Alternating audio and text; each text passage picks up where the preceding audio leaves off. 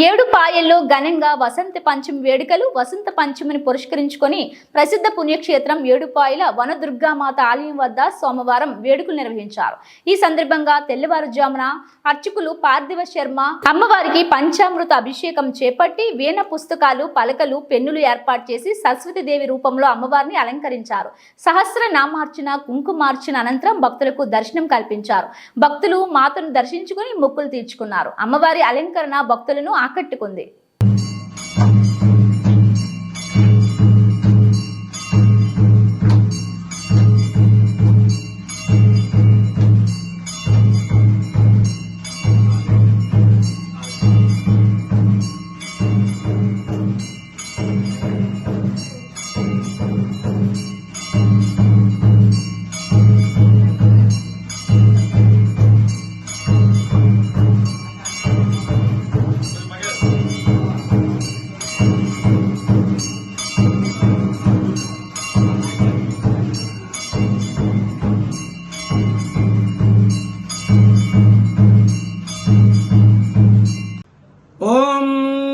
भक्तालि बृन्दालि सलक्षणाजाः सम्पूर्णकर्त्रीं महिषासनां शिवां मञ्जीरनीरस्वरघोषदीप्तां वनदुर्गमाम्बां शरणं प्रपद्ये।